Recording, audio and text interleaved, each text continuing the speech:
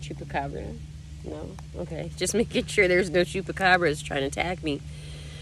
But yeah, I wanted to talk about just like some of my, okay, I've always found like things that creep me out, you know, like what scares me, you know, or like just my favorite of scary thing, like my favorites of scary things, right?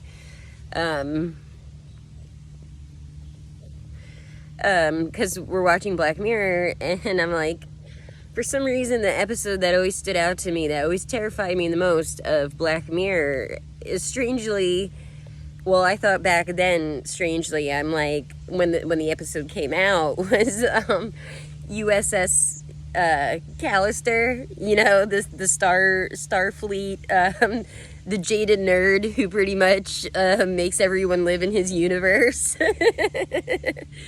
And I'm like, man, that is just a terrifying concept, isn't it? It's pretty terrifying concept. And so I was telling my mom about it, and she played it yesterday, and I was laughing because I'm like, well, no wonder why I found it so terrifying. It's so relatable. For me, I feel like I don't know, that episode is just, it of all the Black Mirror episodes, I always found that one to be most scary.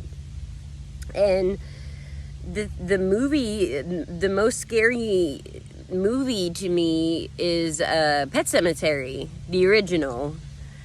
Freaking Zelda, man. Zelda still scares me to this day sometimes, you know, like when you're ever in that mood where you're like, you're just creeped out for whatever reason, and you're like, don't think of scary things.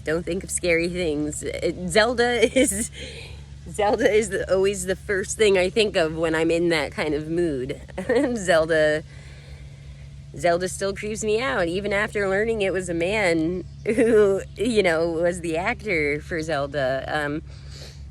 Excuse me, but that movie in general, the story is scary. The movie is scary. Sometimes older movies with less effects are more scary because there's just like a weird desperation in that movie that it's sad, but it's also scary, you know, because of what people are willing, what desperate times call for desperate measures with people, you know. In the end too, like when Rachel, Lewis, he's playing cards and he knows he buried Rachel, okay, and so he's waiting for her to walk in the door, and she does. Oh, that part's so creepy. That movie just creeps me out. So scariest movie for me is still Pet Sematary. Scariest Black Mirror episode is USS Callister.